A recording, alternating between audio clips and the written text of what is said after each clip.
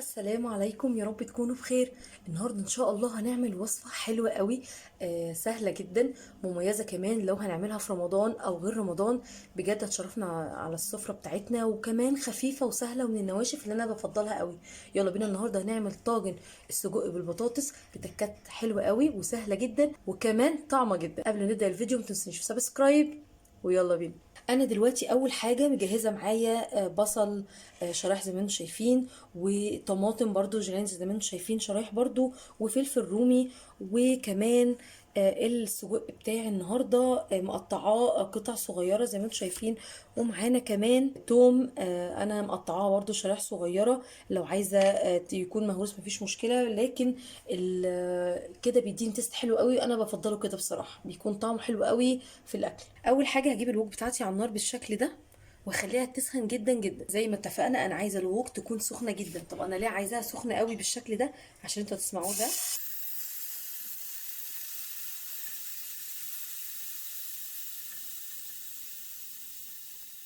ومش هقلبه خالص ولا هيجي جنبه. اولا انا بعمل كده عشان خاطر السجق يتشمع معايا التشميعه وينزل كل دهونه، ومش عايزه احط اي زيوت عشان خاطر انا بستكفي قوي. يعني كفايه ان اساسا السجق بيبقى فيه دهون كتير، فانا مش عايزه ازود دهون كمان.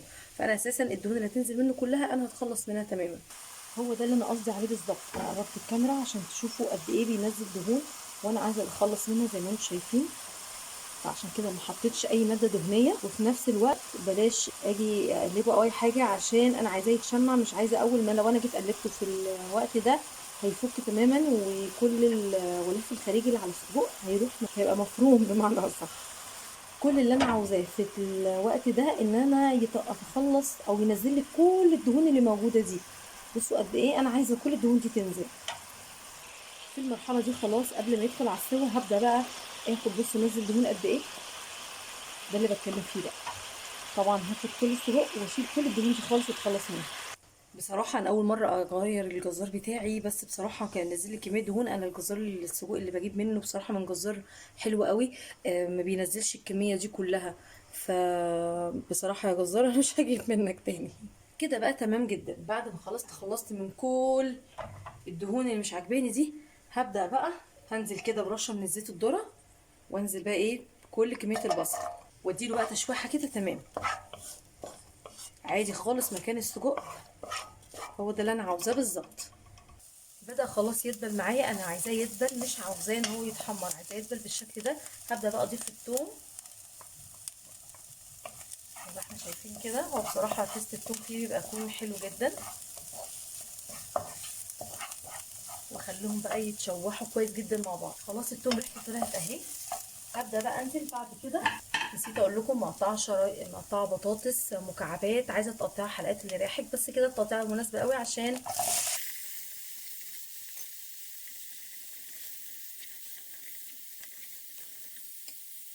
وانزل بعد كده بالفلفل،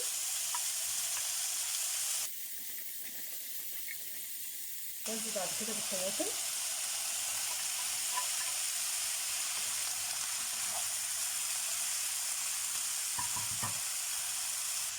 رشه من الكمون. طبعا ما نزودش بهارات كتير عشان خاطر طبعا السجق اساسا بيبقى قائم على البهارات، بس انا عاوزه اتبل الطاجن واتبل الخضار اللي في الطاجن. فلفل اسود،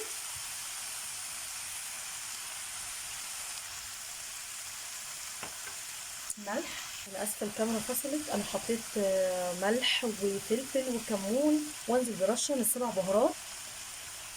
يبقى التيست بتاعها حلو قوي. وعارفه طبعا ان هي بيبقى فيها جوز الطيب، بس انا بحب ازود كده تيست جوز الطيب، بيخليها ريحتها وطعمها بصراحه حاجه تانية. وابدا بقى اقلب ده كله بالشكل ده. اساسا الريحه يا جماعه واو. وانزل بقى بالسجق تاني، واديله بقى تقليبه كده. رشه كمان من الشطه لو بتحبيه سبايسي، يعني انا حطيت رشه بسيطه، انت عايزه تزودي زودي. ورشه كمان من الروزماري برضو بيديها تيست حلو قوي في الطاجن ده. معلقتين من الصلصه. دي صلصه جاهزه عندي انا عاملاها، ضفت منها معلقتين. عايزه تضيفي بقى الصلصه المعلبه اللي يريحك. وابدا بقى اخليه كله يتشوح كده مع بعضه، وهنزل بقى بشويه كده بالميه المغليه. بس كده تمام جدا. هخليه بس ايه ياخد غلوتين كده، وكده الطاجن عندي بقى جاهز انزل بيه على الطاجن. بس اسيبه ياخد غلوه بس. قد ايه شكله يفتح النفس بجد. هنا خلاص بعد ما خد الغلوه المتينه زي ما اتفقنا. لو عايزه تكملي السوا بتاعه كله من فوق كده وبعد كده تنزليه تحت الشوايه تمام. لو عايزه تاكليه بنفس بنفس الطريقه دي او الوقت ده. لو عايزه خلاص تقدمي منه وهو كده مجرد يستوي تقدمي منه مفيش اي مشكله. بس هي لسه البطاطس لسه ما استوتش طبعا، فهنبدا بقى ندخل بيها طاجن وتدخل على الفرن. وهنا بقى هننزل بكل الكميه على الطاجن. وطبعا هنا سأسكت قليلا. انتوا شايفين المنظر عامل ازاي. نبدأ بقى نوزعه كده ونسيبه بقى ياخد غلوة محترمة بقى ويكمل السوا بتاعه في الفرن. ونشوفه بعد ما يطلع ان شاء الله من الفرن بقى. تعالوا بقى نبص على الطاجن كده، ما شاء الله ما شاء الله خلص وبقى تمام. يلا بقى نطلعه من الفرن.